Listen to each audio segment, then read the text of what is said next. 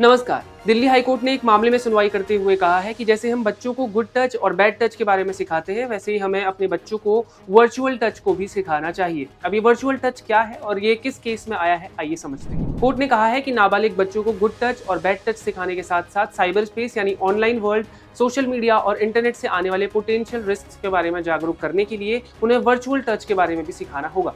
Justice Swarnkant Sharma की single जज bench ने कहा कि ट्रेडिशनली माइनर्स को नुकसान से बचाने के एफर्ट्स में उन्हें फिजिकल स्पेस में गुड टच और बैड टच के बारे में सिखाने पर जोर दिया जाता है। हालांकि आज के इस वर्चुअल वर्ल्ड में वर्चुअल टच के कॉन्सेप्ट को भी इंक्लूड करना जरूरी हो गया है। कोर्ट ने आगे कहा, माइनर्स के पास ऑनलाइन इंटरैक्शन को सेफली नेविगेट करने और साइबर स्पेस में मौजूद पोटेंशियल रिस्क को पहचानने के लिए नॉलेज एंड टूल्स होने चाहिए। माइनर्स को वर्चुअल टच के बारे में एजुकेट करने में उन्हें एप्रोप्रिएट ऑनलाइन बिहेवियर के बारे में पढ़ाना, प्रेडेटरी बिहेवियर के अर्ली साइंस को पहचानना और प्राइवेसी और ऑनलाइन बाउंड्रीज के इंपॉर्टेंस को समझाना शामिल किया गया है।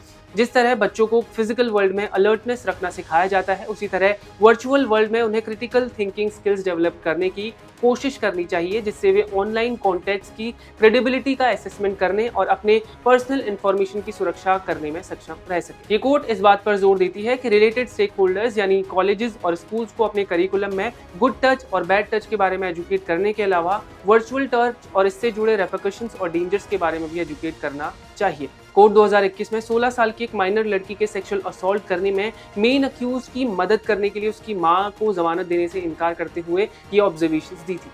आपको बता दें कि महिला पर विक्टिम को वेश्यावृत्ति के लिए मजबूर करने और उसे एक कमरे में बंद रखने का आरोप है। हाई कोर्ट ने यह भी कहा कि ये मामला उस सिचुएशन से जुड़ा हुआ है जहां 16 साल की लड़की का एलिजिडली एक व्यक्ति ने अपहरण कर लिया था, जिससे वो सोशल मीडिया के थ्रू मिली थी और उसे एक कमरे में बंद करके रखा गया लगभग 20 से 25 दिनों तक और उसके साथ सेक्सुअल असॉल्ट भी किया गया।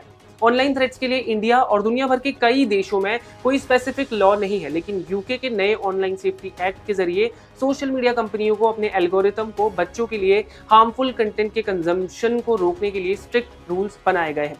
यूके रेगुलेटर ऑफकॉम ने अपने ड्राफ्ट कोड ऑफ प्रैक्टिस को पब्लिश किया है, जिसमें robust age checks and improved complaint procedures को इंक्लूड किया गया है। इन रूल्स को फॉलो करने में फेल होने वाली कंपनीज को उनके ग्लोबल बिजनेस का 10% तक का फाइन भरना पड़ सकता है। तो बता दें कि 2 बच्चे आर्ची बैटर्सबी और आइजैक केनेवन, जिनकी मौत डेंजरस सोशल मीडिया चैलेंजेस को परफॉर्म करते हुए हुई थी, उनके पेरेंट्स ने ऑफकॉम के इन एफर्ट्स पर डिससैटिस्फैक्शन शो किया है। ये केस क्या था, इसे समझने के लिए आप डिस्क्रिप्शन में दिए गए लिंक पर क्लिक कर सकते हैं। आप क्या सोचते हैं इस पूरे मामले पर, हमें कमेंट करके जरूर बताएं।